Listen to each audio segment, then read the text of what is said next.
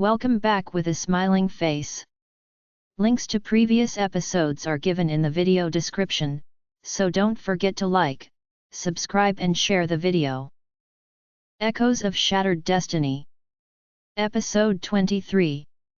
Oh, Lola. Ember sang, why don't you come out before I start losing my patience?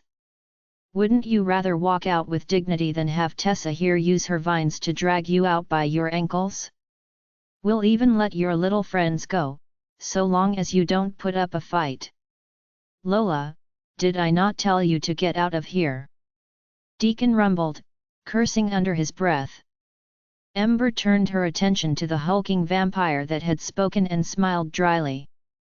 Deacon, you never planned on accepting our offer, did you? She tugged, eyes flaming with vicious excitement. I'll admit, as much as your loyalty would have made things easier, I'd much rather watch you all burn. As the air around her began to shimmer with heat waves, I had one thought. We needed to get out of here, right now. No sooner than the statement had crossed my mind, the exit doors just a few rows behind us were torn open. Blasted so hard by a gust of wind, they slammed into the walls on either side. The deafening clatter echoed throughout the entire warehouse, while the scent of crisp air filled my nostrils. Really, you're going to take the coward's way out and run? Ember scoffed, sounding truly disappointed. I have no intentions on chasing you, but Tessa here, she's more than ready for a rematch. Tell Bridget the truth about what happened to me, Lola. She deserves that much. Deacon grunted. Dina shouted before I could, her voice even more vicious than Ember's. Don't you dare, Deacon.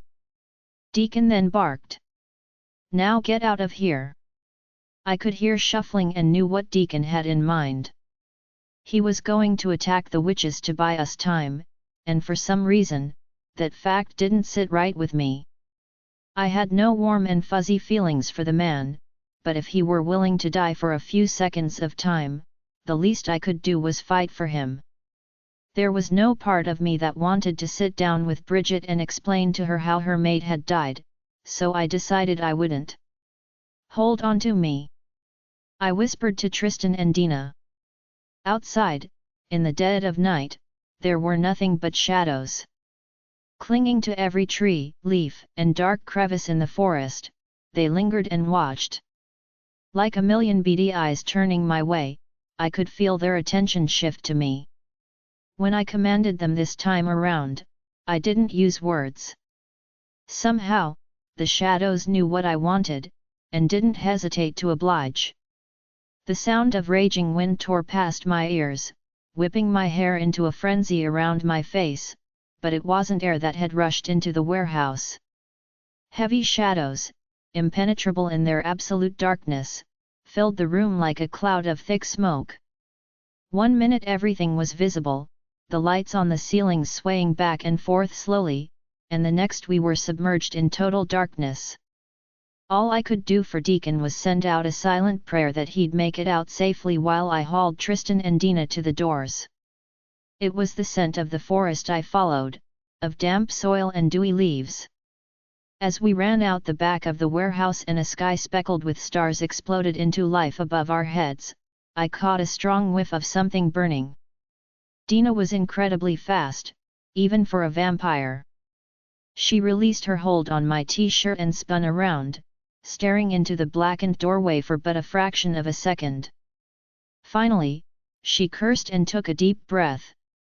Let's go, she said darkly, looking back one last time before the three of us pressed forward.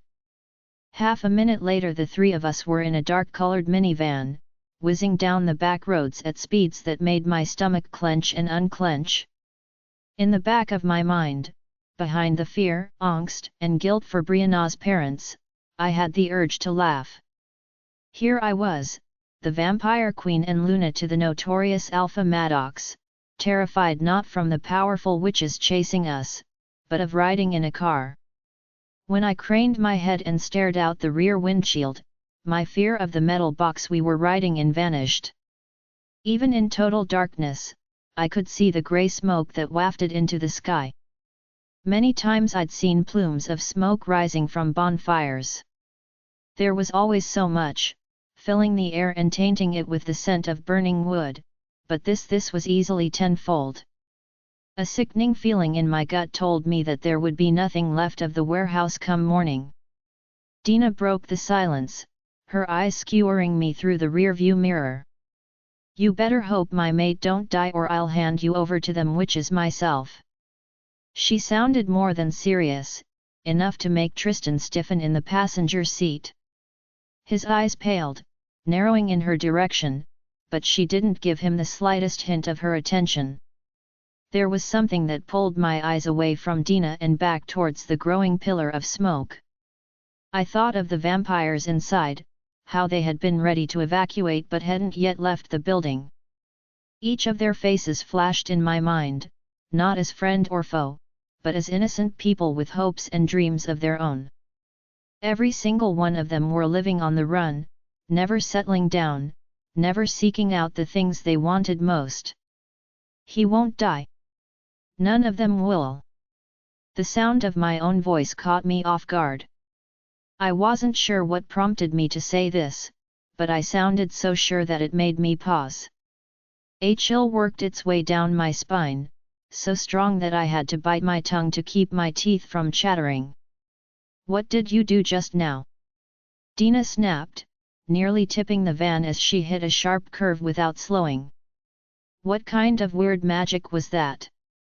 I blinked at her but didn't respond, then matched Tristan's confused stare with one of my own. Dina let out a huff and rolled her eyes. "The air around you just rippled, and you're tellin' me you have no clue what you did just now?" That seemed to break me out of my stupor, along with the sudden wave of fatigue that settled on my shoulders and began to slowly weigh them down. I ran my tongue along my teeth, unsure of when my mouth had become so dry. "I wasn't trying to do anything," I insisted, biting back a yawn, and swiping at my eyes. "How come you could see the air ripple, but neither one of us noticed?" "How should I know?" she retorted. "I've always been sensitive with that kind of stuff, just like Spence has always been terrified of it. I've got some distant cousins living in New Orleans that practice voodoo, maybe that's where it comes from. If it ain't obvious, these aren't the questions you should be asking. You look bone-tired, but you didn't 5 minutes ago. So clearly you were working some type of magic. I suggest you figure it out before farther up the road." A cloaked figure stepped out of the brush. I spotted the vines twisting around her arms, and felt my stomach drop as she lifted them above her head. The asphalt began to split in two, but the sound was drowned out by Tristan's shout. "Watch out!" He grabbed the steering wheel and jerked it to the left, sending us veering straight into the forest. Every muscle in my body tensed, remembering how it had felt the first time around when impact smashed into my body, flexing every bone and joint until I could feel each one hiding beneath my skin. Rather than the teeth-rattling feeling of collision, I was hit with something just as terrible. I could feel the moment the wheels of the van left the ground and knew we were soaring through the air, narrowly missing the trees that whizzed by. My stomach dropped and bile filled my mouth when the nose of the van dipped towards the ground. Seconds seemed to race by without caution. Either that, or time itself had slowed. When Tristan looked back, the pale blues of his eyes wide, I knew we were moments away from impact. "Brace yourself," I heard him say. Rather than felt, I heard the screech of metal twisting and tearing, followed by a loud splash. Before I could swipe away the moisture that coated my face, the entire world went dark. Lola," a voice snarled, practically shouting in my ear. "1 minute before I throw you over my shoulder," and all at once the memories collided in my head, exploding in a symphony of screeching tires, torn metal, and rushing water. The soundtrack was backed by Tristan's voice, which was growing angrier by the second. When I was able to pry my eyes open, my surroundings quickly sharpened and the forest we were in came into view. While I was more than thankful there wasn't any light to blind me, there was a gnawing sort of pain covering most of my body. Goddess, I hate cars. Maya groaned, we're running everywhere from now on. You need to get up before the witches catch up. Tristan hissed quietly, wedging his hands underneath my arms.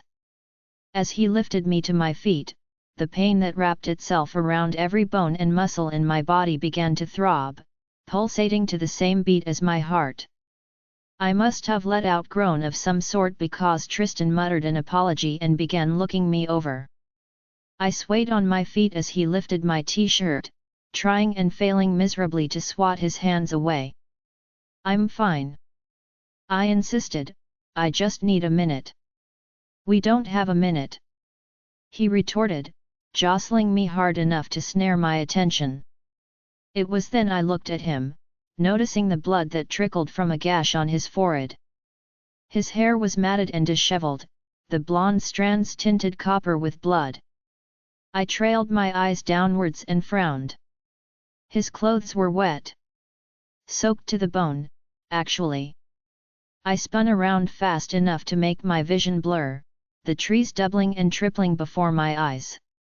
It didn't stop me from seeing the river we'd crashed into, or the minivan wedged directly in its center. The windows were blown out and the airbags deployed, blocking me from seeing into the driver's side. Tristan, where is Dina? I asked quietly, not tearing my eyes away from the van. Don't tell me you left her in there.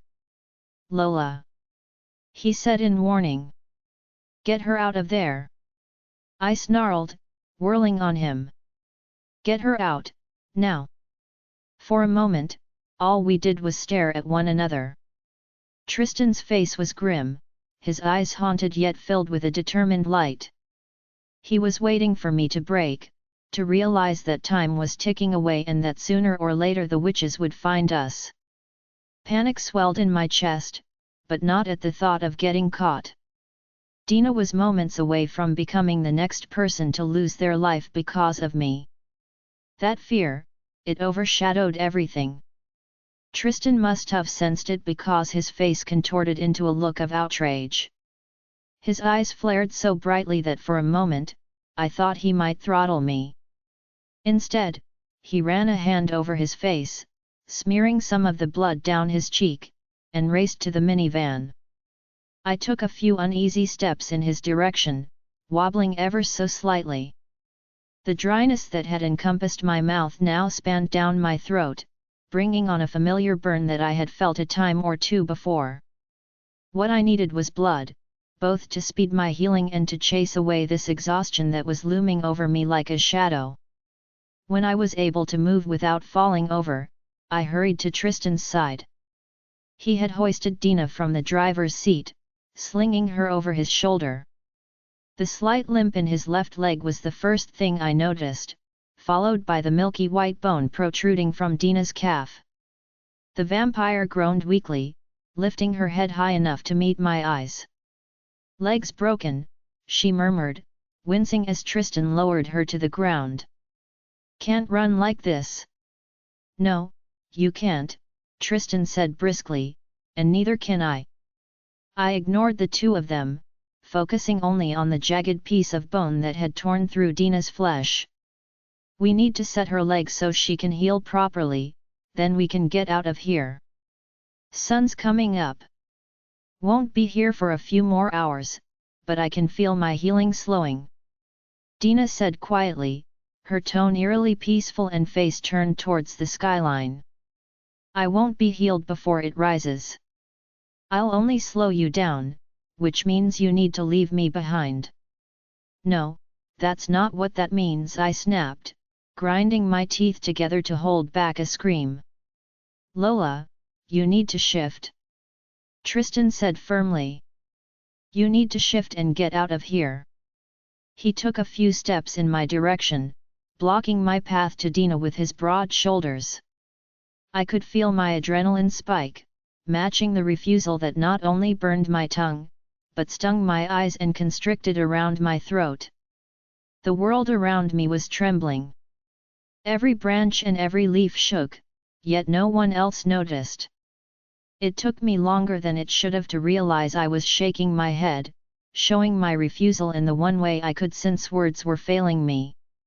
I could see the impatience growing on Tristan's face and anticipated his explosion half a second before it occurred. Why do you have to be so god-stubborn? Be selfish, Lola. Get out of here and live. Your life matters more than ours. His chest was heaving, rising, and falling even faster than mine. There was something about the raw edge to his rage that sapped my own. I was still exhausted, but I could think clearly, could feel the twisting in my gut guiding me to a decision. I took a deep breath, and when I spoke, my voice level and calm. That's the mindset that made vampires, werewolves, and witches hate one another. It doesn't matter what I am, my life is not worth more than hers or anyone else's. He clenched and unclenched his fists. Lola, I have made my decision, Tristan. Respect it and help me set her legs so we can get out of here. The tone of my voice would have left me stunned if the situation we were in didn't have a countdown. I'd heard myself take on the confidence and fearlessness of a Luna a time or two, but this was something more. The shadows lingering in the forest writhed at the sound, inching deeper into their hiding places. Tristan didn't fight back or argue, but there was an emotion on his face I couldn't quite identify.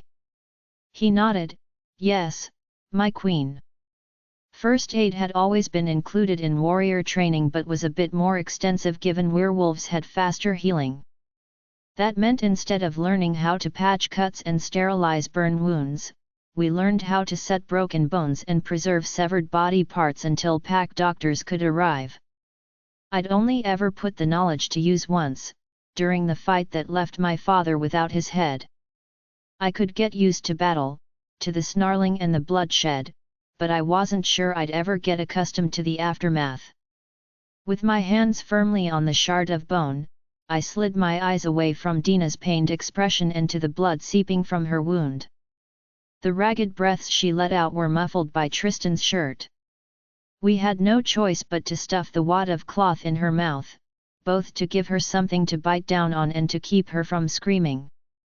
On the count of 3, Tristan murmured, 1, 2. Blacking out, I pushed with all of my strength. Even blinded, I'd never forget the feeling of bone grinding against bone, or the agonizing scream Dina had let out, muffled by the wad of cloth in her mouth. Even minutes later, or perhaps it had been hours, I could no longer tell. I replayed the events that led us to where we were now, dragging a half-conscious Dina through the woods, using what articles of clothing we had to keep her blood from hitting the ground. Tristan shouldered most of her weight, muttering something about how tired I looked. I was thankful, even if I didn't say it out loud. It was taking most of my energy not to trip over every stray root or sharp stone that stuck up out of the ground. The sky had gotten just a tiny bit lighter and was now a deep indigo rather than a vast expanse of star-flecked nothingness. What little visibility it provided only made things worse. I could now see my hands and the dried blood that coated them. Each time I looked down, Dina's scream would ring in my ears. At one point Dina managed to lift her head from Tristan's shoulder and let out a sardonic laugh. What I wouldn't do for a pint of blood right now. She chuckled weakly. A seedling of hope sprouted in my chest when I heard the faint rumbling of cars speeding off in the distance. I refused to give in to the feeling, and knew I'd been right in doing so when we came to the base of a steep hill. There were trees scattered along the terrain, which would surely be helpful since the ground was nothing more than mud. I dug my fingers into the bark of a nearby tree and began to climb, gritting my teeth as my feet sunk into the wet earth, and letting out a loud squelch in the process. I turned back to Tristan. How are we supposed to? The air around us exploded in a bright flash of light and heat that seemed to come from nowhere. Dina was ripped from Tristan's arms and flung against the base of a tree, crumpling the second her body made impact. Her clothes were smoldering, letting off thin tendrils of smoke that dissipated in the air. Splotches of light danced in my vision, but I noticed Tristan was smoking as well. The blast had clipped his shoulder, burning a hole in his blood-soaked shirt. Before either of us could act, a second blast followed. This time I was able to track it before leaping to the side, and saw that it wasn't an explosion, but a plume of red-hot flame. Tristan was at my side in an instant, crouched into a defensive position that would do little to nothing against the magic of a highly trained elemental. There were a reason Rowena's books warned against angering one. Controlling nature had no limits. All that could determine an elemental's range of power was their own personal strength. As if to prove my point, a dozen or so vines shot out from the ground, sending mud and soil splattering in all directions. They curved over our heads, crossing over one another like the fibers of an old quilt. I grabbed Tristan and stumbled back, running into a wall of writhing vines. "She's caging us in," I began but stopped when the sound of clapping filled the air. "So observant!" A scathingly familiar voice cooed. Ember and the witch she called Tessa appeared from around the base of a great oak tree. The fire elemental's eyes were still glowing like hot coals, shimmering with tangible excitement. She looked far too eager to spit flame. There was a nagging sensation in my gut that told me she wanted nothing more than to burn this forest and everything surrounding it to the ground. Like a rogue wolf gone feral, Maya couldn't help but point out. Tessa made a small gesture with her hand and the vines parted, forming a doorway for the two of them to pass through. There was about 15 feet between us, enough to count the freckles on Ember's face and to see the earthy tones in Tessa's eyes. Ember looked me up and down slowly, making a show of it. About halfway through, she let out a snort of amusement and flashed us a tight-lipped smirk. She didn't give a reason for her reaction, and instead spread her hands out at her sides and said, "You're already exhausted, Lola. You don't have the energy to fight us both, even with your shadow friends." She was right, but I'd sooner die before admitting that. There was this horrible exhaustion still weighing me down, slowing my reflexes until it felt like I was trudging through feet of mud. I'd never been this tired from using magic before. "Surrender to us and I'll kill him quickly," Ember said, her voice soft but still laced with cruelty. "Fight us and I'll burn him alive." There was something off about the two of them, and I quickly realized what it was when Tessa glanced nervously at Ember. Even drained and exhausted, they were worried I'd fight back. It was my magic they feared. Not the shadows, but the magic I'd inherited from the Rinaldi witches. Magic I had no clue how to fully access. Fear, true unbridled fear, unfurled in my chest. We were backed into a corner and had no way of getting ourselves out. Tristan craned his head my way, just enough to meet my gaze without leaving himself defenseless to the witches. For the first time since meeting the abrasive vampire, I was able to read the light shimmering in his eyes clearly. "Get out of here while you can," they seemed to say. When they flickered to the cage that surrounded us, lingering on the gaps in the vines for but a fraction of a second, I knew I'd been right. I was going to refuse to muster up that tone of voice again to obliterate the insane idea from his head, but I knew it would never work. The look on his face was one of peace and utter selflessness. Tristan's voice overshadowed the word I was murmuring under my breath, chanting it like it were the solution I desperately needed. It even overshadowed Maya's voice, which grew louder and louder in my head, screaming at me to shift and get out of here while I still could. "No, no, no, no." His lips curled up in the smallest of smiles. "It's been an honor, my queen." Then, without looking back, he lunged for Ember's throat. Somewhere in the back of my head, I conjured up the conversation between Holly and me. I could hear her delicate voice like she was right next to me, telling me to not be afraid of asking for help. I didn't know how to ask for help, or why she had given me that advice above all else, but the time to sit and contemplate had long passed. Ember shot a column of flame at Tristan, who rolled to the side and narrowly missed being charred a second time. He sprung to his feet without a moment of pause, snarling into the night as he lunged a second time. As I forced every ounce of energy into my desperate scream for help, all I could think about was Tristan and how this couldn't be it, this couldn't be how I lost his infuriating mark. I couldn't tell if I were screaming out loud or solely in my head, but the words were as clear as the moon still illuminating the sky.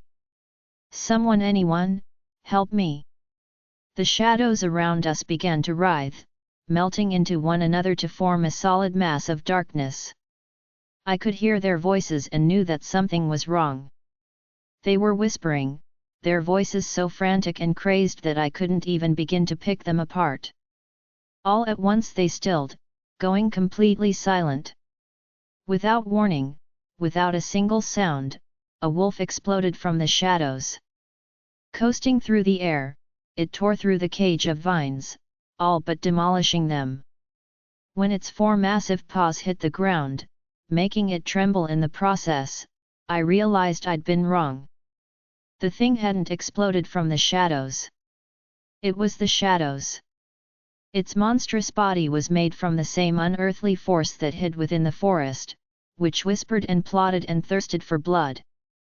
The tendrils of its fur writhed like wisps of smoke, vanishing and reappearing at will. There was a translucent quality to it that made me wonder if it could do any actual damage. The beast answered my question when it latched onto Ember's shoulder, sinking its milky white teeth into her flesh. Ember let out a scream that was vicious and enraged rather than one of pain. As though the wolf noticed it too, it whipped its head to the side and flung the witch into the air. She went soaring, flying past trees and into the darkness where it swallowed her whole. There were two heavy thuds when she finally landed, and judging from sound alone, it was at least 50 feet away from where we stood. Tara froze where she stood, her eyes wide and her face unnaturally pale. The wolf turned its head slowly, stopping when its snout was parallel to her. It huffed once, and the witch flinched. Nodding, she lifted her hand slowly and made a subtle gesture. What vines hadn't been destroyed collapsed to the ground, slinking back into earth, and leaving smooth dirt behind as though they'd never existed. I held my breath and waited for her to go running after her companion, but she didn't. Tessa's eyes slid to my face. Burning deep within them was knowledge. "This creature you created, it is unnatural," she said firmly, then quickly began to back away until she too vanished within the forest. Neither Tristan nor I spoke, not that there were words that could explain what just happened. If anything, we looked to the creature that had saved us, the one Tessa insisted I had created. I wanted to snort and deny her claim, telling her she's just as crazy as her arsonist friend, but as I stared at the profile of the wolf, I felt this odd sort of connection between the two of us. It must have felt it too, because it turned its massive head my way, cocking it to the side when my jaw plummeted to the ground. I knew those eyes. I'd looked into them hundreds, thousands of times. "Brianna!" I gasped. An hour later, I found myself sitting in the passenger seat of an old work van, listening to Brianna recount the moments before she vanished from Giovanni's bedroom and reappeared in the forest. Calling her name back in the forest seemed to trigger her human side. She'd quickly shifted and accepted Tristan's shirt before scaling the hill and finding us a ride. By the time she pulled up with the van, whose paint was peeling so badly I almost missed the picture of the plunger on the side, Tristan and I had hauled Dina most of the way. The vampire who had helped save my life was still unconscious. Her heartbeat was muffled, not nearly as strong as it should have been, but all that mattered was that it was there. Not only had Brianna gone the extra mile by helping Tristan and I carry Dina the rest of the way, but she'd also offered up some of her blood to help speed their healing. I was laying in bed when I heard screaming, but it was in my head. It wasn't like the mind link, though. It was like you were there with me, sharing my thoughts. Brianna explained, once I made the connection that it was you, I could feel that you were in danger. I stared, seeing flashes of trees and fire, along with those two witches that were attacking you. When you called out for help, it was like you opened a door for me, and I just walked through. She shrugged where she sat in the driver's seat, as though everything she'd said made perfect sense. As confusing as it was, I couldn't deny feeling a connection to her, one that definitely wasn't there before. Giovanni is probably losing his mind right now, I said, unable to formulate anything else. Brianna shook her head, seemingly unworried about her mate. There was a phone in the van. I called him before I destroyed it. He's catching a flight back to the pack as we speak. I frowned. How was he able to get a flight so soon? There was one major airport inside of our pack, but the flights coming in were scarce at best. It would make more sense for Giovanni to catch a flight to one of the airports outside of our territory, but then he'd have at least an hour to drive before hitting the boundary lines. Tristan answered my question before Brianna could, his voice only a tad bit dry. Giovanni's parents might not have power in the vampire world, but they have plenty in the humans. Brianna nodded, agreeing with Tristan's explanation. The brooding vampire that was so ready to give his life for my own, it left me seeing stars, outright refused even a drop of Brianna's blood. I wasn't sure if he were trying to make sure Dina had her fill, or if he were worried about Giovanni might react to him feeding from his mate. They were able to delay all other flights and get one straight out of their local airport. I had him contact Madox's parents, so the airport will be expecting them to land soon. She explained. Curious, I asked. How does his family have that kind of power? Joe's dad is an uber-rich businessman. He owns some fancy Italian supercar company. She shrugged, and I swore I heard Tristan scoff. His dad's thinking about running for senator. The last thing that state needs is Giovanni's father at the helm. Tristan muttered, turning his head to stare out the window, offering no further explanation. A moment passed before he turned and said, back to the whole shadow thing. This isn't the first time you've shifted since Lola got you your wolf back. So, how come this time you're made of shadows and whatnot? Brianna sighed and brushed the stray hairs that had fallen from her ponytail out of her face, a surefire sign that she didn't know the answer to Tristan's question. Maybe it had something to do with Lola being afraid. She suggested. I hated to shoot down her theory, but it just didn't sit right with me. I was afraid a few days ago and you didn't feel anything, much less show up as a giant shadow wolf. I pointed out. Brianna cocked her head at me. Did you call out for help, though? Well, no, but a voice sounded from the back, still weak but not hovering on the cusp of death. Sorry for interrupting, but about how many times have you shifted since Lola here, got you your wolf back? Dina asked, drawing our attention to where she lay in the back seat. Hearing her voice, Tristan turned his attention to her legs, which rested on his lap. Gently, he peeled back what remained of her charred clothing, exposing the leg she had broken in the crash. There was no longer any bone protruding from the skin since we'd set it an hour ago, but there had been a nasty gash left over. That gash was now nothing more than a faint pink line that stood out against her dark skin. Brianna's blood was doing its job and speeding the healing process. Quit fussin' over me, Dina snapped, swatting at Tristan, though she didn't have the strength to truly make him stop.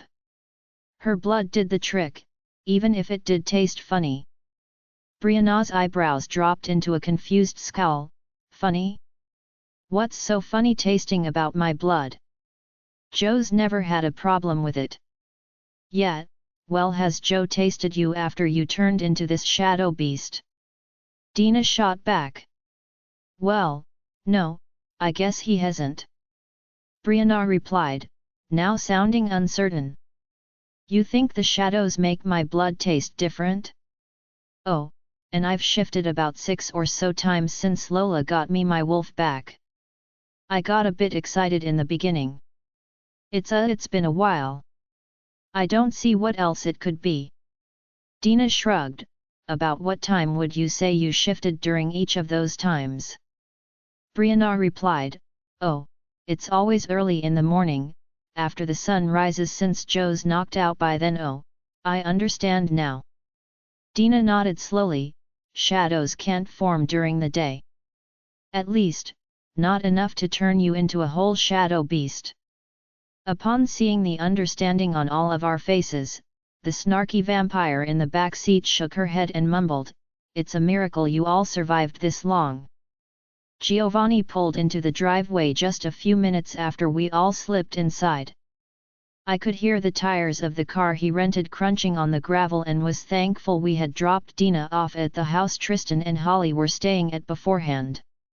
Dina would be safe with Holly, I was sure of it.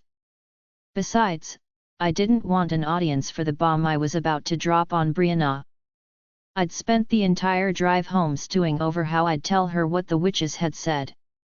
It didn't matter if I had another 3 days to think it over, nothing would erase the inevitable heartbreak she'd go through once she found out her parents were dead.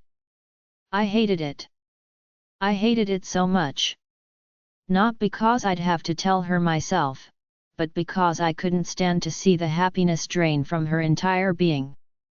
Losing a parent, especially one you had a good relationship with, takes a chunk out of you.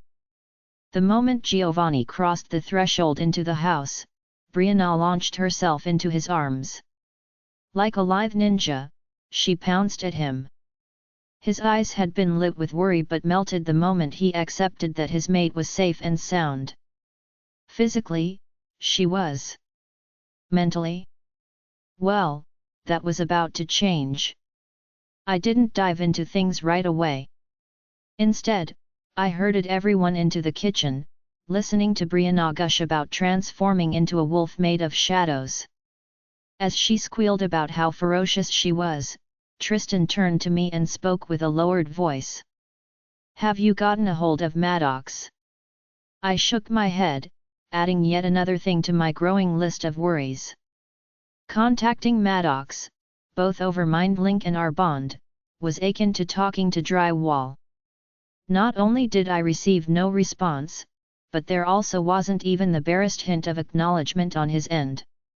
Either Madox was asleep, or something terrible had happened. He was alive, that much I knew for certain.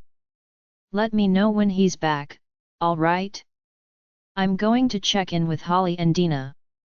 I know you and Brianna have some things to talk about. Tristan grimaced, looking both reluctant and impatient to leave. I swallowed down the knot rising in my throat and nodded, yeah, I'll let you know when he's back. You can do this, Lola. I might not be overly fond of her, but she's strong. There's a reason she's survived this long as your friend. Tristan murmured, the corner of his lips lifting into a dry smile, the first one he'd managed in a while. When Tristan left, the front door clicking shut behind him, I slumped against the kitchen counter and took a deep breath. The bottle of blood I'd been sipping on sat untouched at my side, which didn't go unnoticed by Brianna or Giovanni. You feel like death, and I'm not talking about how exhausted you are. Brianna commented, her voice laced with worry. Did something else happen?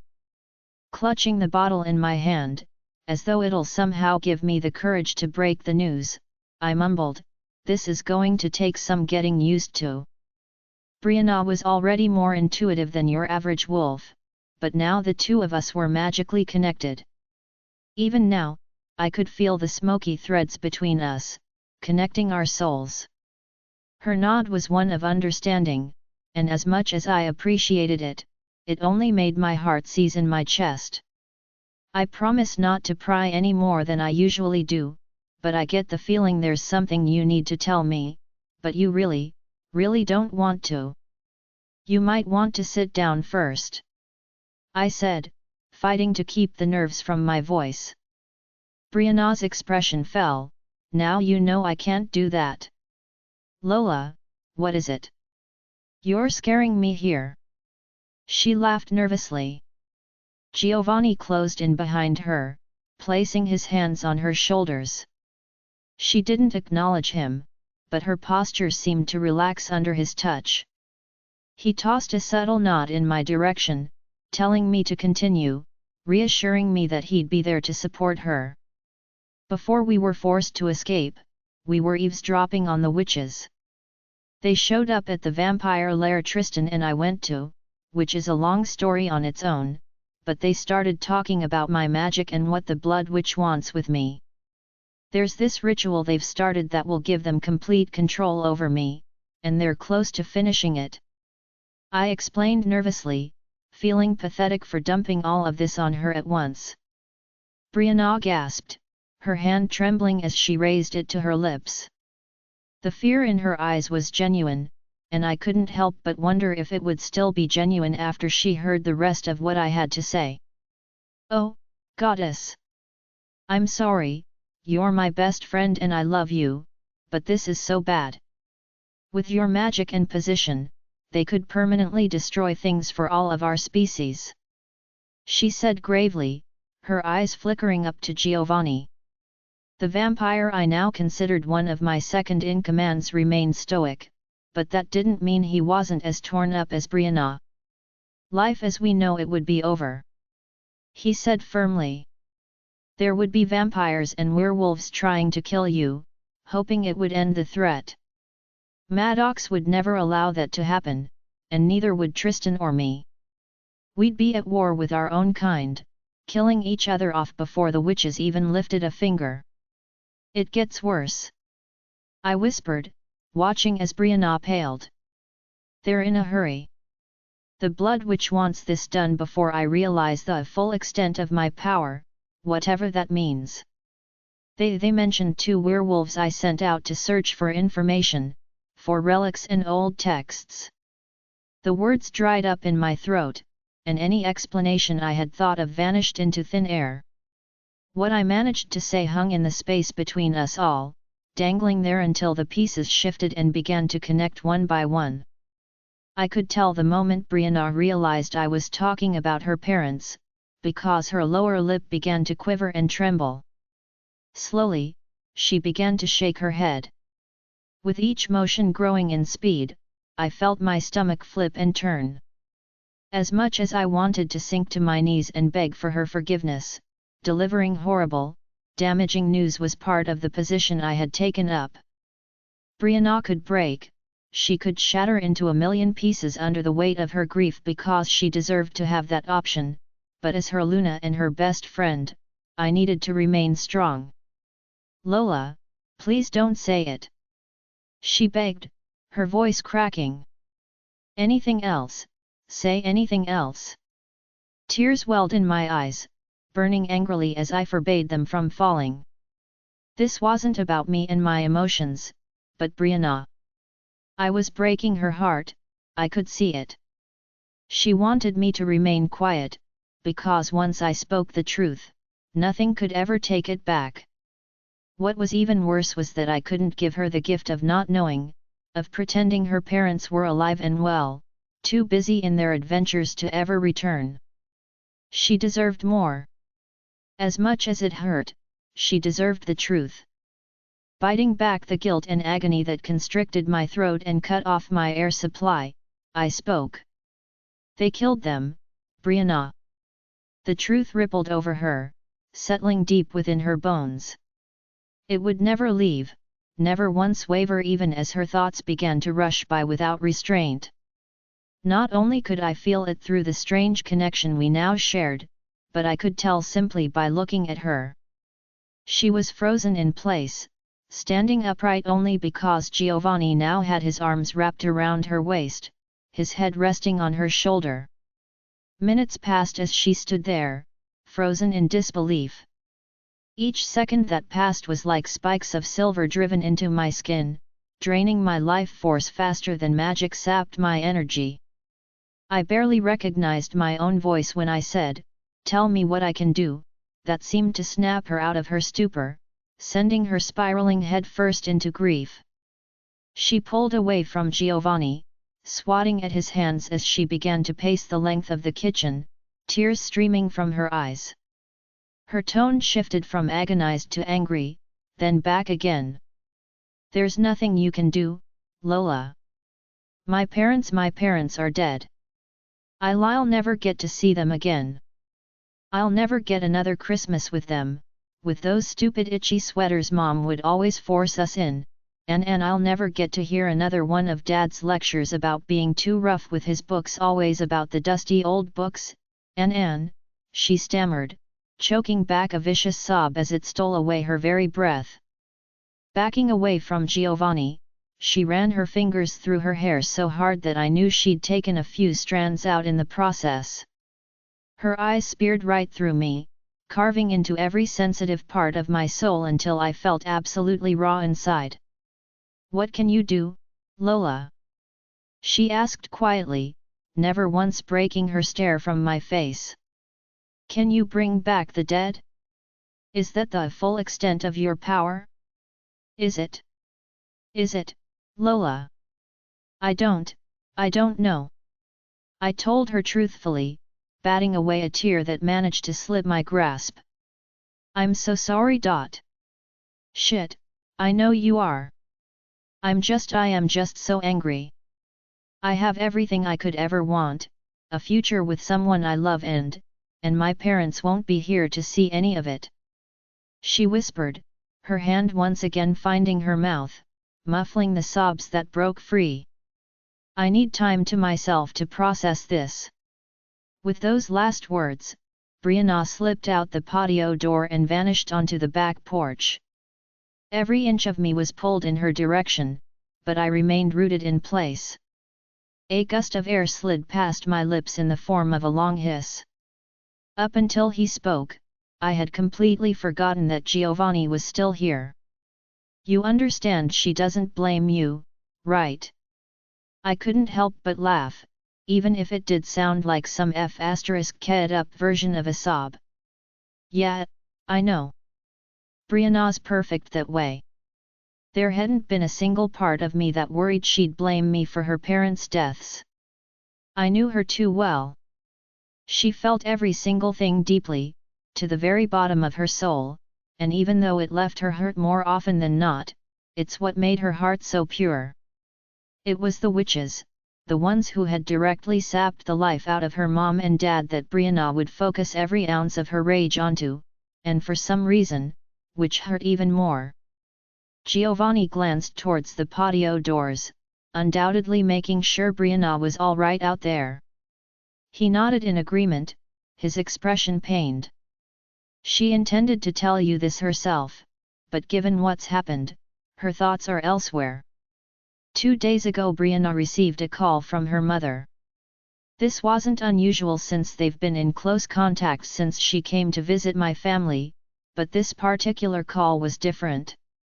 Her mother sounded frantic. Terrified, actually. She kept talking in circles and wouldn't answer Brianna whenever she asked where they were or what they were doing." He explained, his lips set in a thin, grim line. "All she told Brianna was that they found something important, and that they needed to get it to you before it was too late." I felt my stomach drop, overflowing with a sickening sense of dread. "And now they're dead," I heard myself say. Giovanni nodded, his eyes like two pitch-black stones staring straight into my soul. "And now they're dead."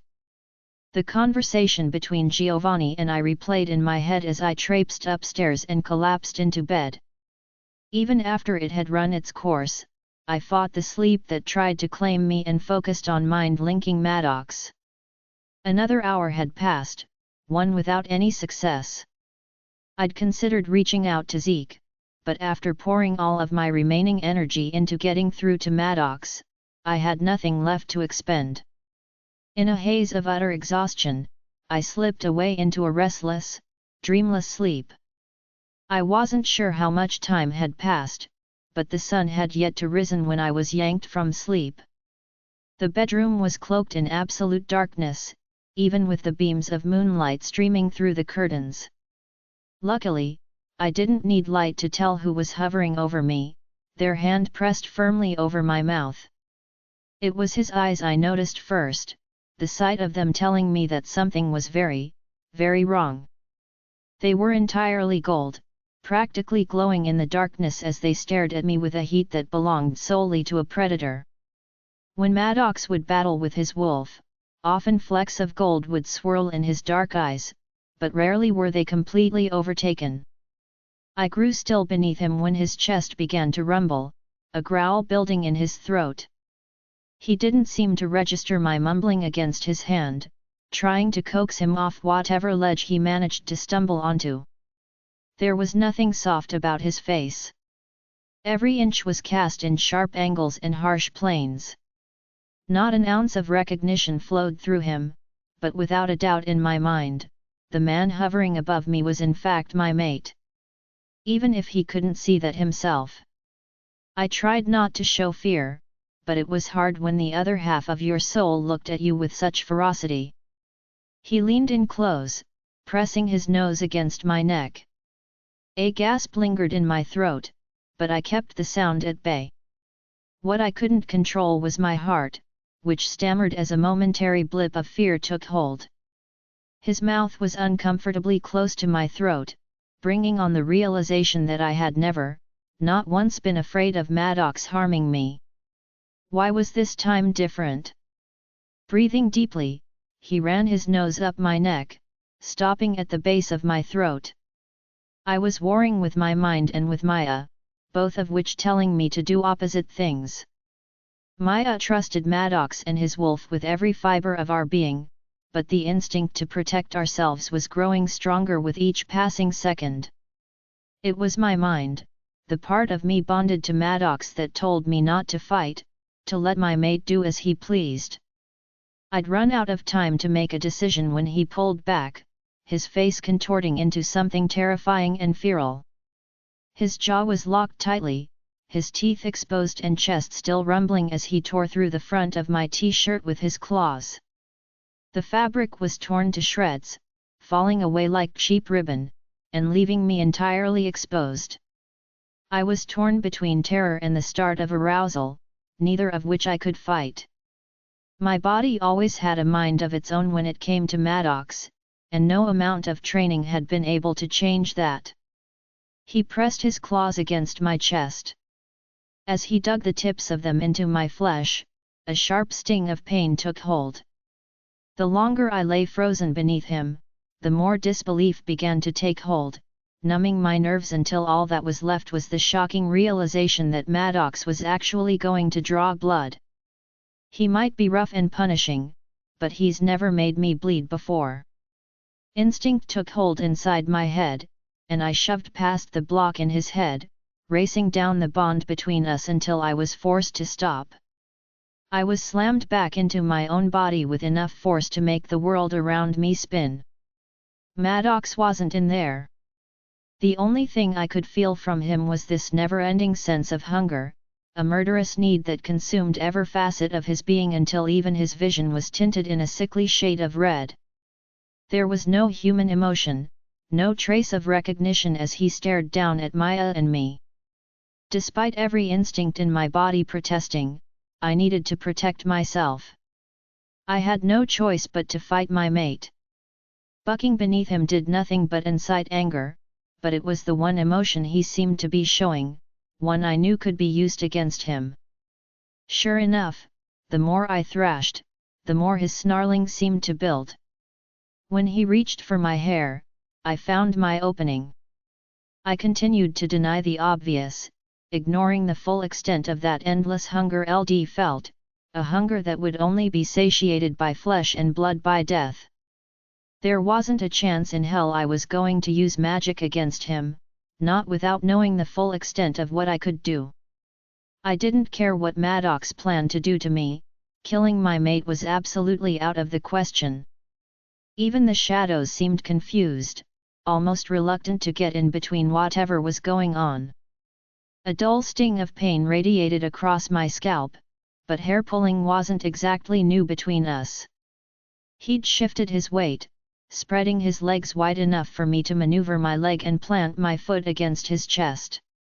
I kicked with every ounce of strength I had, a feat that was all but useless when he snared my ankle with one of his meaty hands.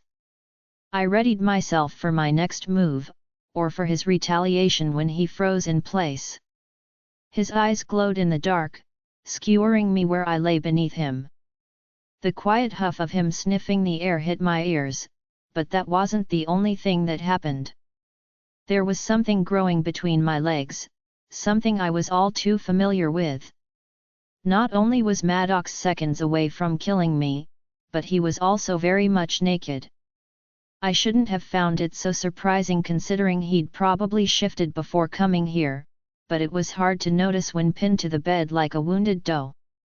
Even as I felt the full weight of his CK hit my thigh, I couldn't look away from his piercing eyes. If I had looked away, I would have never seen the hunger in them shift, morphing into something else.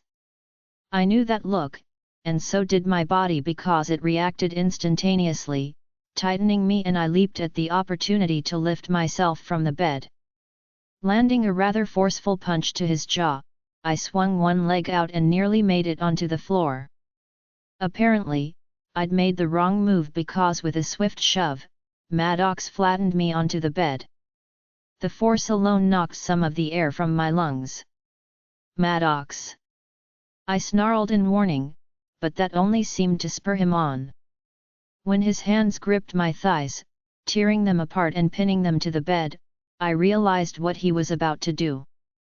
Only a horrifyingly damp pair of panties protected my most sensitive area, which he promptly ripped away as though they were made of tissue paper. With a guttural snarl, he latched onto my slick flesh, his mouth, tearing the world out from under my feet. "Oh!" I gasped, biting my tongue to keep from whimpering. I tangled my fingers in his hair and pulled, yanking hard enough to cause pain, but Madox didn't even seem to notice.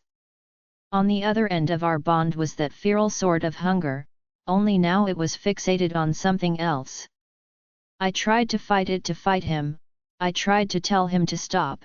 Anytime I tried to question why I loved this, he'd hit a spot deep inside of me that made my eyes roll. Before I knew it, I was screaming my release into the pillow, whimpering like a fool as I begged him to never stop.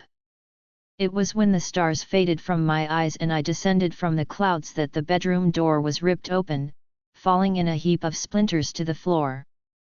When Zeke and Brandon charged into the room, both their faces ashen and contorted in panic, I had no clue how to react. Madox's head whipped in their direction and the snarl he cast at them was menacing enough to make the hairs along my neck rise. Embarrassment had taken hold before both of them charged Madox, pulling him off of me and dragging him from the bedroom. All I could do was sit there and stare at the doorway, absolutely horrified and sporting a blush I knew would never go away.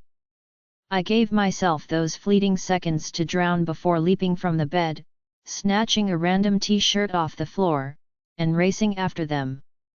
"Really?"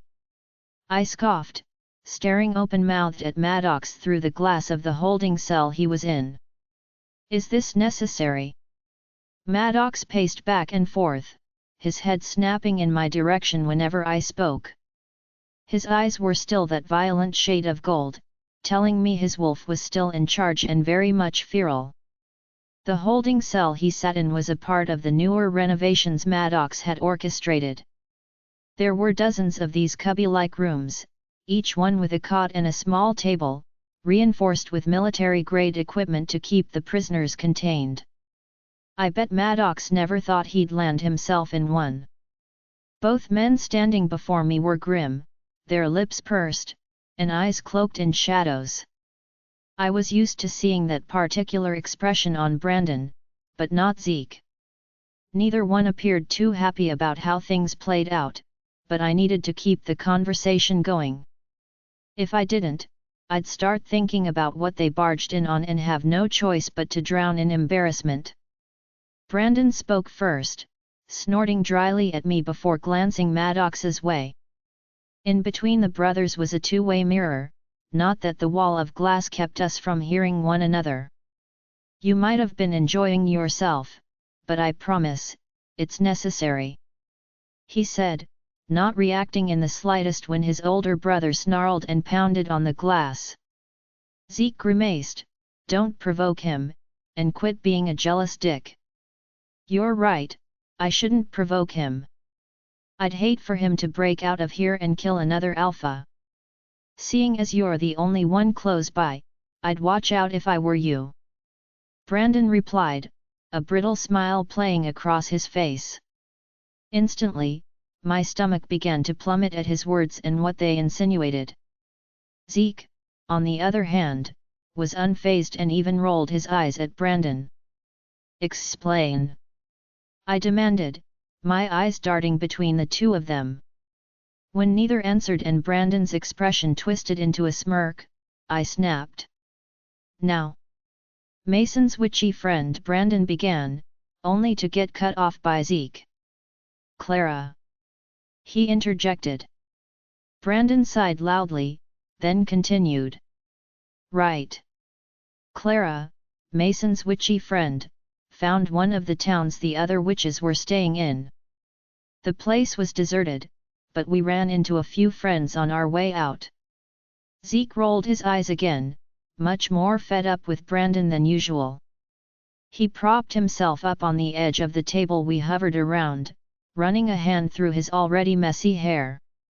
After a long, drawn-out yawn, he chimed in. "It was Alpha Bran and some of his men. They'd been circling the town the witches had stayed in, almost like they were keeping it safe for their return." He grimaced, unease filling every facet of his once warm voice. Alpha Bran challenged Madox. I think he could sense that something was off about him, that he was on edge from everything going on. I'm not too sure, but Bran thought he could win. Surprise, surprise. He didn't. Brandon snorted, but the sound had an edge to it. I had the distinct feeling they were holding something back, and that something was currently twisting my stomach into knots. What was even more troublesome was the weight to Brandon's words. When one alpha challenged another, they battled to the death. "Alpha Bran is dead," I stated, looking between the two of them even though a confirmation wasn't needed. The answer was written across every tense line on their faces, mapped out within the thinness of their lips and in the way their eyebrows furrowed. For once, Brandon didn't look the least bit jealous of his older brother. "Sure is, which makes Madox their new alpha." His voice was dripping with sarcasm when he said, "How wonderful. Look, he's going to be here a while. Why don't you head back and get some rest? You look like you're about to fall over," Zeke said kindly, ignoring Brandon's jibes. "You have no room to talk about anyone looking exhausted. When's the last time you slept?" I asked him, taking in the dark circles around his eyes and the way his shoulders slumped with exhaustion. His usual charm was nowhere to be found. Brandon grunted, "Hard to sleep when you're chasing a rabid alpha through the forest for 7 hours straight." I blinked at the two of them, again getting that feeling that there was something they were leaving out. "Clara will explain the rest. She's on her way here with Mason and the others." Zeke sighed, pinching the bridge of his nose. "When Madox went, feral, we had no choice but to follow. She won't be here for another couple hours, so try and catch some sleep until then. We both know that none of us are going to manage any sleep until we figure out why my brother went psycho." Brandon rolled his eyes, pushing off the wall he leaned against. Zeke glared at Madox's younger, more disgruntled clone as he left, promptly slamming the door behind him. Nice to know he cares, I murmured. Nodding, Zeke replied. Trust me, I'm just as confused as you are. There was so much going on, so many questions that needed answering, yet we weren't any closer to solving them than we had been months ago. The more I thought about it, I began to realize there was something in our possession that could help. It wouldn't solve all our problems, but it might shed some light on a few.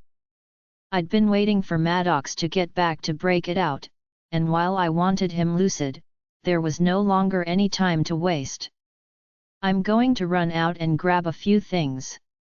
Anything you want me to bring back? I asked Zeke, already heading for the door. He called out, coffee, lots and lots of coffee. When I returned an hour and a half later, the old text on the Rinaldi line in my hands, instantly I knew something had changed. Zeke was sitting at the observation table, his hands clasped behind his head as he scowled at the two-way mirror. I shoved the book and the cups of coffee onto the table when I spotted Madox. He was sitting on the cot, his back against the wall and his head turned towards the ceiling.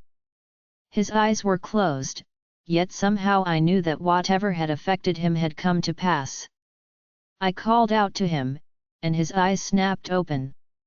They found me through the layers of glass and stone, once again their warm shade of honey and chestnut. There was a spasm in my chest, a tugging of sorts that pulled me in his direction. Had it really been days since I'd last seen him? The urge to tear down the door and be near him to feel him and bask in his scent was overwhelming, drawing me closer to the locked door. Lola. His voice was hoarse. The sound of it caused a visceral reaction in my body, resulting in another sharp tug to the bond that sent me rushing forwards. Zeke startled from his seat, nearly knocking over our supply of energy in the process. Let me in, I commanded, nodding in the direction of the door. There was a split second of hesitation from Zeke, but he did as I asked and disconnected each lock until the door slid open just a fraction. I slipped inside, noticing when he closed and locked it behind me. Before I could launch myself into his arms, he held out a hand and shook his head. Tell me what I did. I can't remember anything. I keep getting these flashes, but none of them are making sense. He grunted, nearly shattering my heart in two when he looked up at me with eyes full of torment. Zeke cleared his throat, his voice muffled until it came through the small speakers in the ceiling. Well, for starters, you killed Alpha Bran. Not that it wasn't warranted since the prick did challenge you. Congrats on expanding the pack, though. Yeah, I remember that. Madox swallowed, the muscles in his throat reacting to the movement. Everything after that, not so much. You said you were getting flashes of memory. What were you seeing? I asked, lowering myself to sit beside him on the cot. Madox frowned, those full lips of his turning down at the corners. I think I was running, but I have no clue for how long. Then I remember, well, I remember you. His voice lowered and a flash of gold hit his eyes, vanishing in a whirlpool of warm hazel. You were naked. I can still taste you in my mouth. How is it that I forgot something like that? Even exhausted and confused, Madox was a sight to behold. His hair was messy, like he'd been gripping it in hopes his memories would resurface, and beneath the thin blanket on the cot, he was completely be. That note of huskiness in his voice brought me back to when he barged into our bedroom. It wasn't the S*X I feared, or the fact that he practically forced himself onto me. Neither one I minded, even if the line of consent was a bit skewed. It's the fact that something had driven him to madness, and that something left him unable to recognize me and made him starved for chaos and blood. Maybe because you weren't entirely present for it. I admitted sheepishly. Madox wouldn't take well to the truth, I knew that for certain. This game between us often teetered on the cusp of non-consensual, but both of us knew that we had the power to stop things if we wanted. As for earlier, I don't think it would have mattered if I'd fought. A fact I knew would torment Madox to his core. Sure enough, his eyebrows dipped into a grimace, one that darkened his eyes and made him look identical to the stone-cold alpha most of the world knew him to be. You kicked me, or you tried to. He grunted, clenching his eyes shut. Down the length of our bond, I could feel a dull pain radiating across his forehead, throbbing across his skull to the tune of a frantic heart. No wonder he couldn't remember anything, his head was symphony of pain that refused to let up, playing piece after piece until even the strongest memories turned fuzzy. I softened my voice, knowing he'd hate it, but it was all I could think to do. You scared me for a minute there. When you came into the bedroom, you weren't yourself. It was like your wolf had taken over, but there was something wrong with him. I know he'd never, ever hurt me, but this was different. You were both different. I explained, glancing at the two-way mirror where I knew Zeke was currently watching. Madox went still, his muscles growing taut where he sat against the wall. He closed his eyes and turned his face away from me. I forced myself onto you, didn't I? His voice dipped low, laced with rage and disgust. No, not exactly. I shook my head, placing my hand on his arm. With his lip curling, he pulled away from my touch. I tried not to let it get to me, but rejection stung in my heart like a shard of glass. Anger had me reaction, along with frustration for everything we'd been through. There was no way in hell I'd let him beat himself up over this. This, of all the things we'd endured together, would not be what caused us to drift apart. Snarling softly, I pushed off the cot and slid onto his lap, wrapping my legs around his waist. The feel of his solid form, a wall of muscle against my soft skin, lit my insides and filled me with a comforting warmth. It took concentration not to let my mind stray to the fact that he was naked, or that he'd been the only one not to finish earlier. Look at me, Madox, I demanded, placing my hand against his cheek, feeling the rough stubble beneath my fingertips. There's so much more to this than you know. He turned and looked at me, his eyes guarded and closed off in the way that I hated so much. Is there? I felt your fear, and I liked it. Zeke and Brandon had to pull me off of you, didn't they? The only time I was afraid was when I realized you were going to hurt me. I retorted, my voice sharpening at the disgust that tinged his words. You wanted death and blood, but somehow that changed, and you started wanting something else. I only fought because when I looked down our bond, your wolf had completely taken over. Whatever caused it to take over also made it feral. When you started doing things to me, I quickly stopped fighting.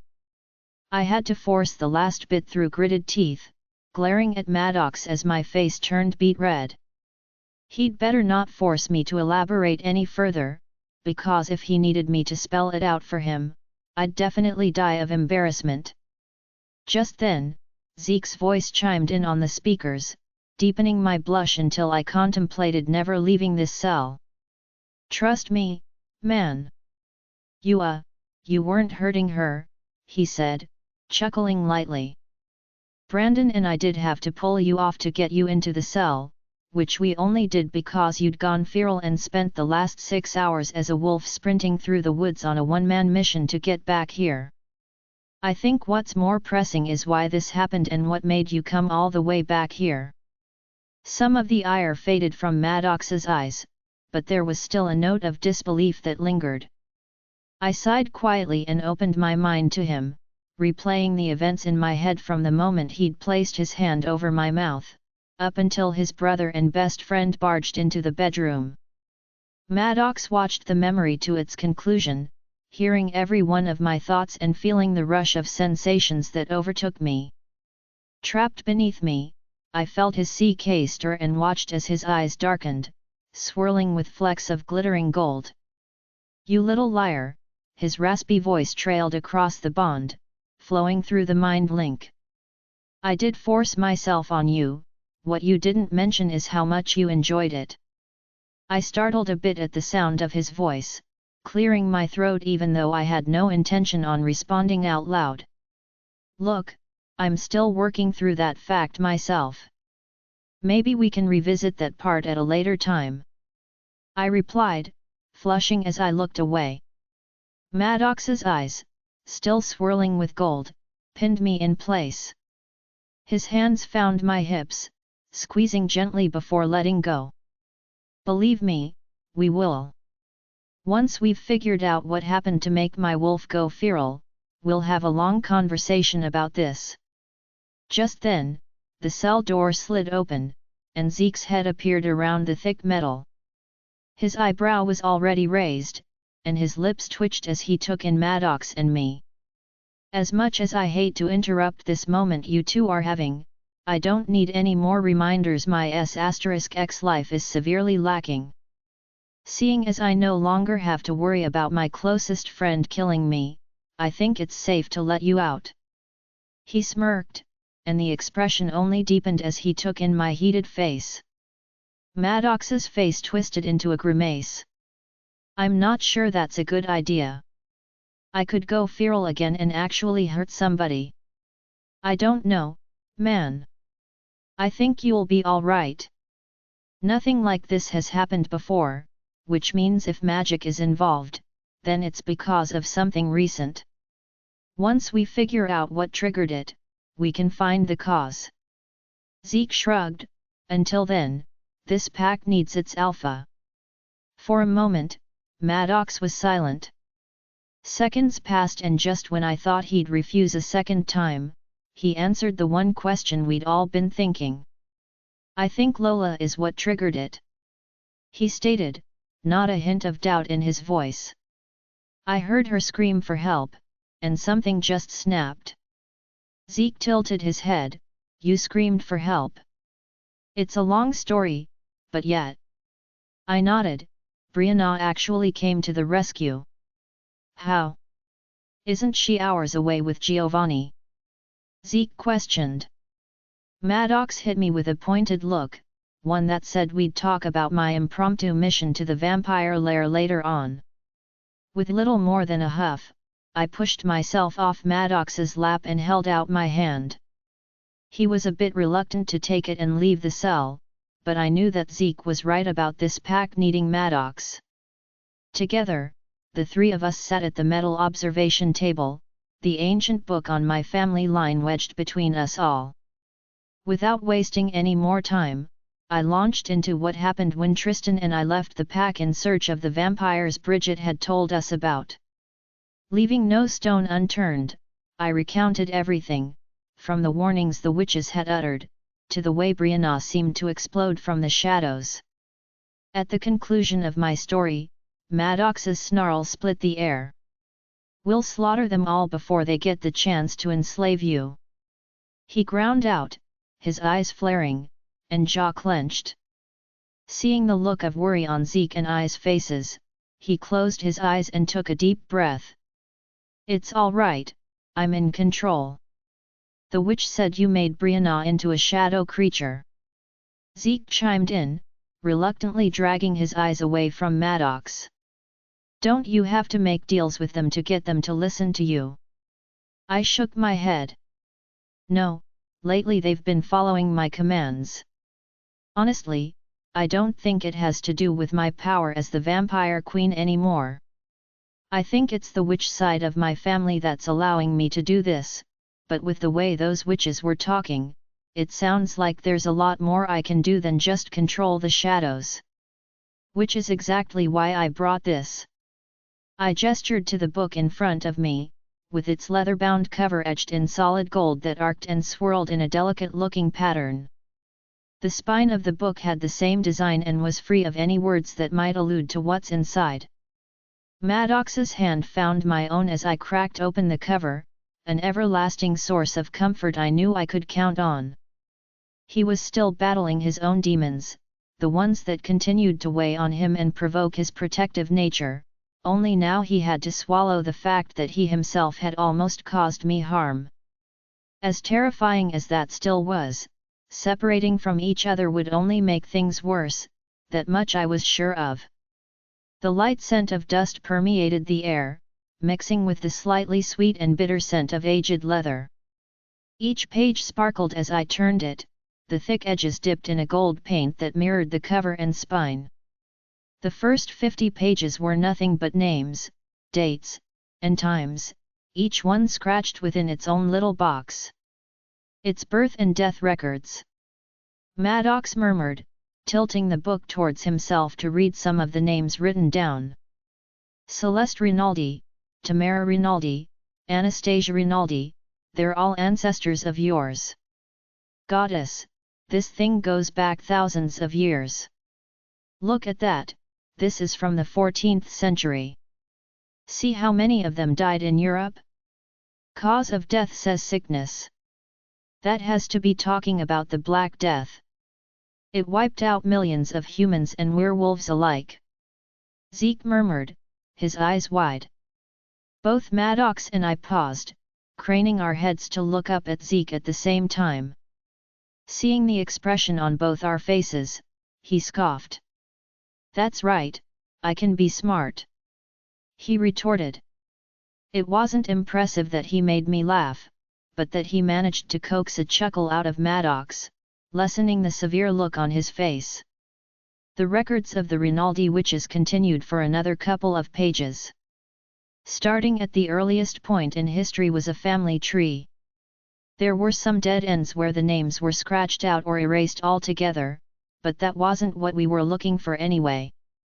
Finally, after flipping through another 50 pages of my family tree, we came across something different.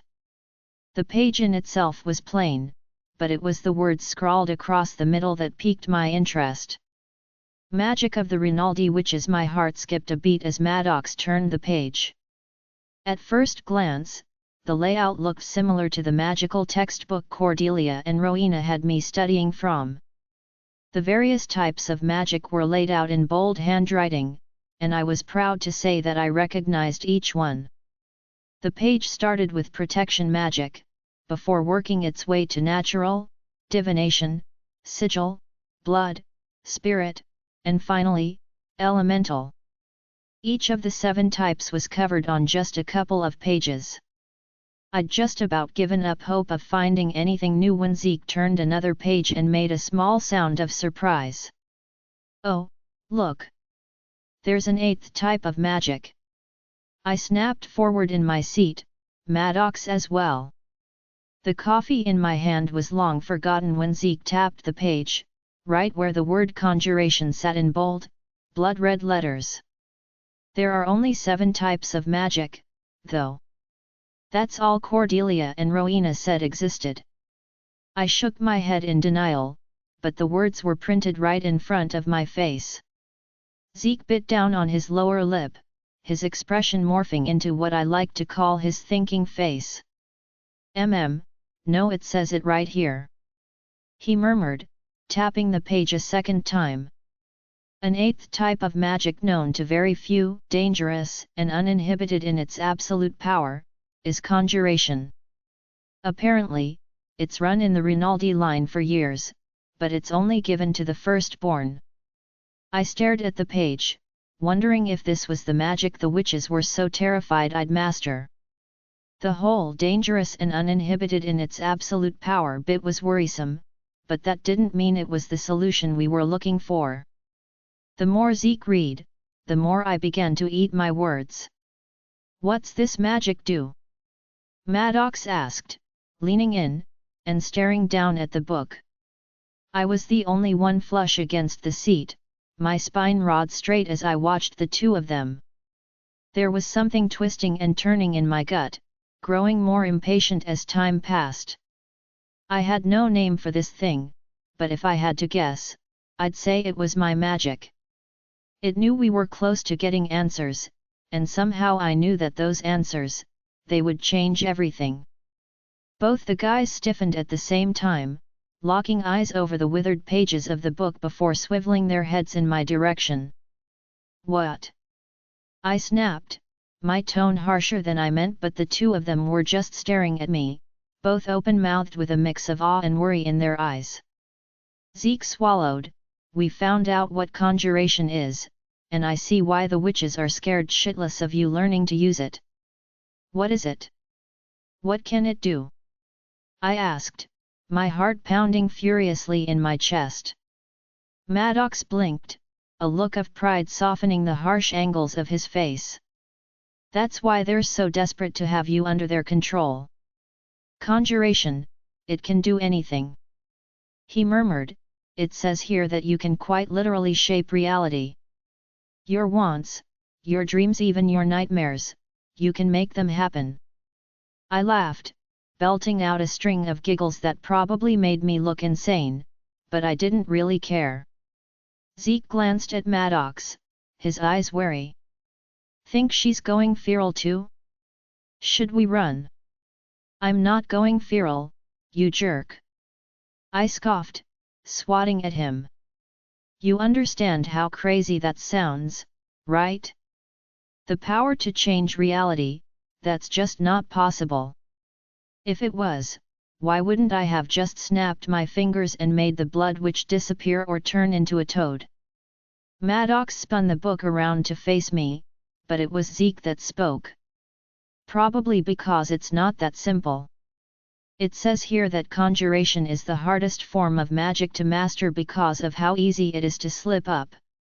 A single thought or desire that's too strong can become reality, which is both a good and bad thing.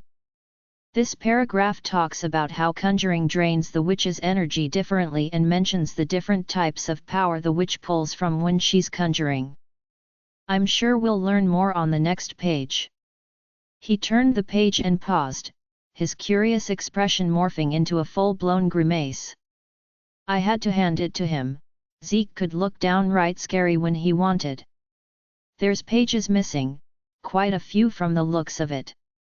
Madox grunted, glowering at the book like he was commanding it to regrow them. I pulled the book closer, looking down at the cluster of torn pages, the paper frayed and split where the person responsible had ripped them from the book. A weight settled in my stomach, as though it knew the missing information was something important, something that could help us. Couldn't I just make them reappear? I said. Zeke shook his head. I don't think so. You don't know what's on the pages. There's a chance that if you managed to make them reappear, they'd just be blank. I snarled under my breath, my frustration building. This was a new development, one I was still struggling to believe, but I could see why the witches were so on getting to me before I found a way to master this new power. Both Zeke and Madox turned their attention back to the book, while my own thoughts wandered. It was beginning to make sense why the shadows now followed my every command. They wouldn't have much of a choice if I were using conjuration to exact my will onto them. Part of me began to feel guilty, but then I remembered the horrible things the shadows were capable of.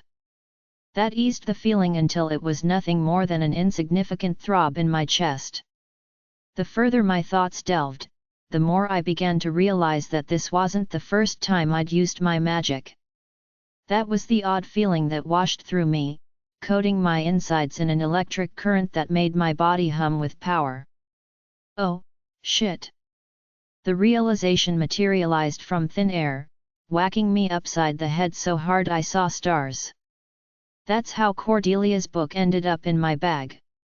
Conjuration. The most recent I'd felt that feeling was in the van, when I told Dina the vampires had survived the warehouse fire.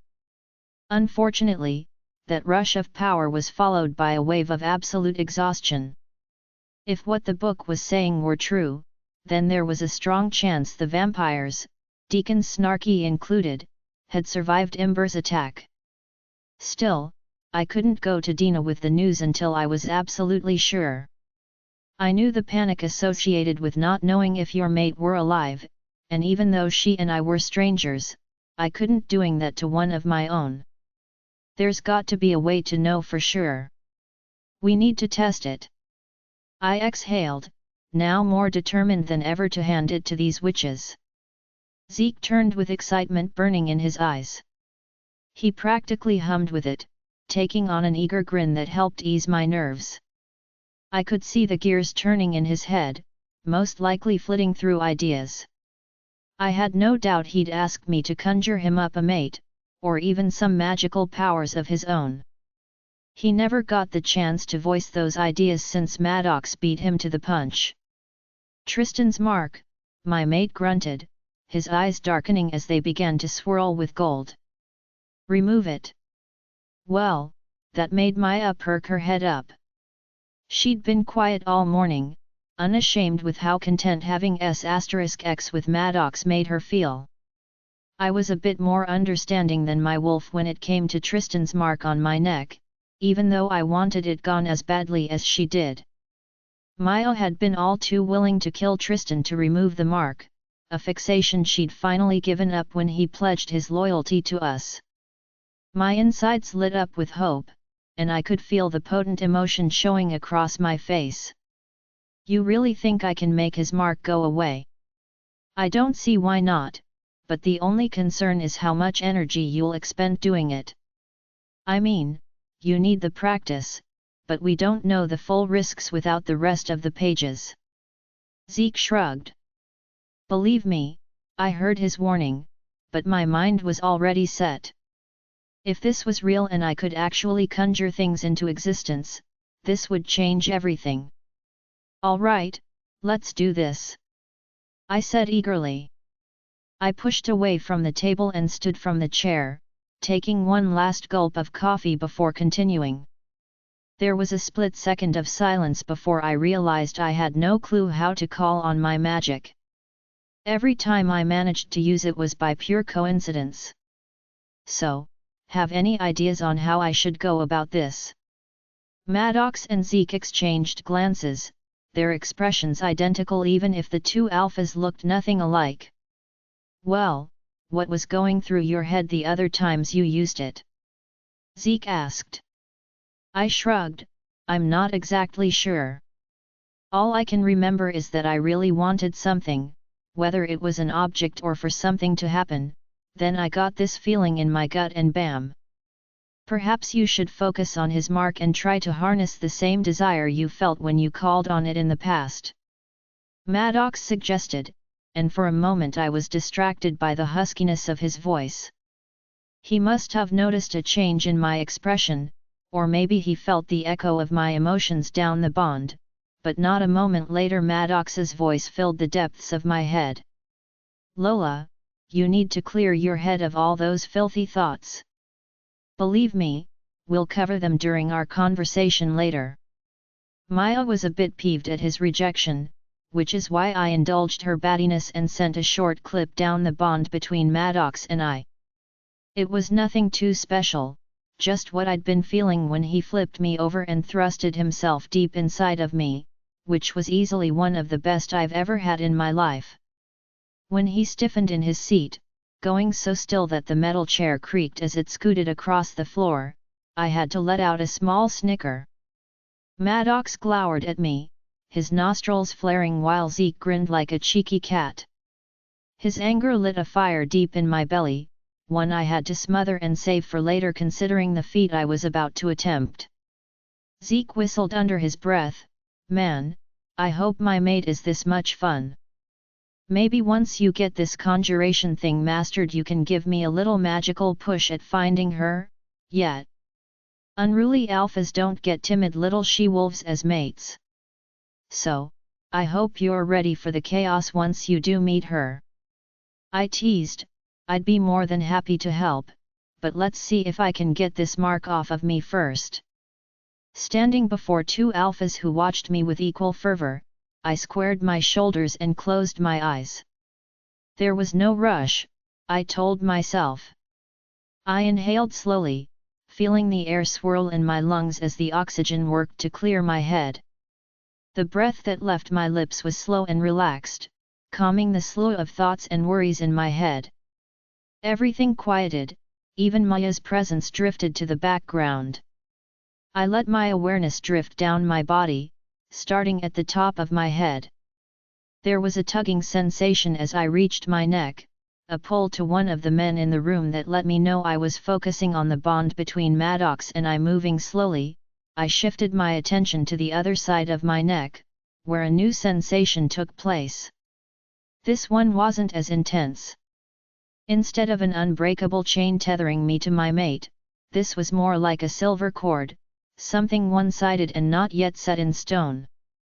If I had chosen to mark Tristan in return, then this bond between us would be unbreakable, another indestructible chain between myself and another person. There was just one problem with that. I never wanted this bond. I never wanted the mark that Tristan had put on my body. He'd done it during a time when he was loyal to my father, and more than anything, I understood the reasoning behind him marking me. It was a strategic move, one meant to protect his life from my father and give him power. I'd forgiven him, but forgiveness and understanding hadn't eaten away at my decision in the slightest. I wanted his mark gone. I wanted us both free.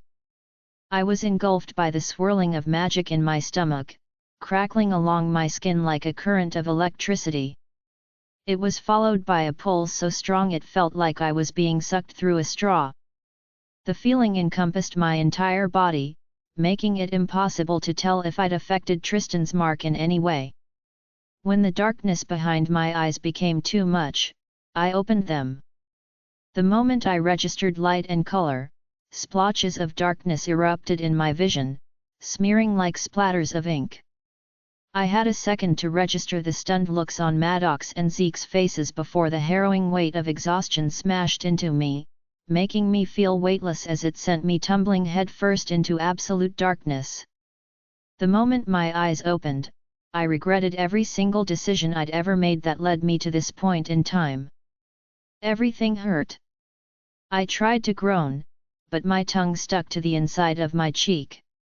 Clutching my head, I tried to turn over. Sharp, pulsating pain left my nerve endings blistered and raw.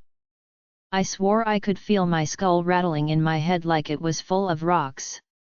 Something was blocking me from moving, and that something immediately stoked my anger, not that there was anything I could do given my current condition. The second time I tried to pry my eyes open, I felt tears drizzle down my cheeks. What light surrounded me and made the migraine I had much worse. I was surrounded by a mass of color that moved and twitched. It carried the sense of Madox and Zeke, but they weren't the only ones I recognized. Let me up. Goddess, is there a boulder on top of me or something? I snarled, my mouth bone dry. In the background, someone chuckled. I'm pretty sure it was Zeke, or possibly even Mason. That didn't make much sense though, considering Zeke said Clara and Mason wouldn't be back for another hour or two. Good to know she's not fatally wounded. Someone chuckled. This time I was certain, that laugh belonged to Mason. It was full of warmth, even if it sounded strained and tainted with worry. Zeke's voice appeared much too close to my ear. That boulder you're talking about is your mate. I snarled at the two of them, lifting my arms to shove Madox away, but it felt like my limbs had been injected with lead. There was something soft beneath me. A bed, I assumed. I felt it shift as the immovable presence keeping me in place drifted away. Rolling onto my side helped lessen the throb in my head but did nothing to help me open my eyes. Slowly, something grazed my forehead. It was both soft and rough, but the immediate rush of sparks told me exactly who was touching me. His voice filled my mind, but it was hazy and muffled, lingering around the edges of my migraine without managing to break through. The feel of my mate close by did help ease the pain, but it still took several minutes before I was able to keep my eyes open. What happened? I mumbled, down another mouthful of water. I felt like I'd run an entire marathon in human form, then shifted and bounded through the woods for another 7 hours. Using my magic unintentionally never once felt like this. If this was how it would feel every time I conjured something, I wasn't sure how I'd defeat the witches. Madox cupped my face, cradling it in his large hand. For a moment, the world around us melted away, along with the curious eyes of Zeke, Mason, and Clara. Even my worries didn't dare stand a chance, vanishing one by one until only the hum of the mate bond occupied my thoughts. I groaned softly, the pain already dimming. Ugh, I love you. Even though I hadn't yet opened my eyes, I could tell Madox was smiling. It was one of those soft smiles he reserved for my eyes alone. He must have been shaken up if he were looking at me like that in front of all these people. I love you as well, mate. He murmured huskily. Hovering around me was Zeke, Clara, and Mason, each one with a look of curiosity on their faces. Turning onto my side, I felt the stiffness of the cot beneath my shoulder, and realized we were all packed inside the holding cell. I blinked at the four of them, Madox included. Every muscle in my body voiced their disagreement as I tried to sit up. What happened? I grunted, stretching out my arms and wincing. It feels like I just lifted a ton of weights. Everything hurts. Both of the alphas turned to Clara for an answer, but the curvy witch merely shrugged and shook her head. The jungle of curls tumbling down her shoulders bounced and swished from the movement. Don't you two go looking at me for answers. Just 'cause I'm a witch don't mean I know what's going on with her. And I'll remind you guys that we got here after she passed out. She said, placing her hands on her hips. Madox's jaw tensed, but he did a good job of hiding his irritation. Is it normal for witches to pass out after using their magic? Oh! I shot up out of the cot, nearly toppling over the second I landed on 2 feet. I want to see if it worked. Is his mark gone? Madox's reflexes were lightning fast, and without a moment's hesitation he wrapped his arms around my waist and held me flush to his side. I squirmed a bit, trying to get to the two-sided glass across the cell.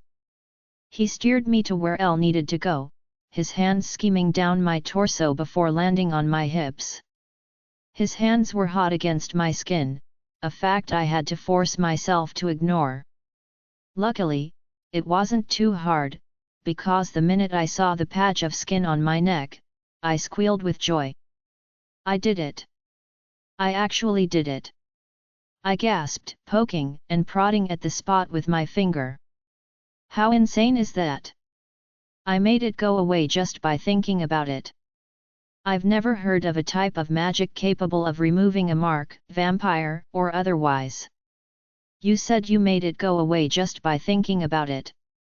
Clara questioned, her hands still on her hips, but her expression was one of confusion rather than sass. Surprisingly, Madox was the one that spoke first, and it wasn't to tell Clara to mind her business. He seemed much less hostile towards the witch this time around, making me wonder what exactly happened to them all during their time away. You can tell her, he said, his eyes softening as he looked down at me. I could feel my eyebrows crawling up my forehead. You trust her? Finally, and all I had to do was save his men and uncover a secret witch village.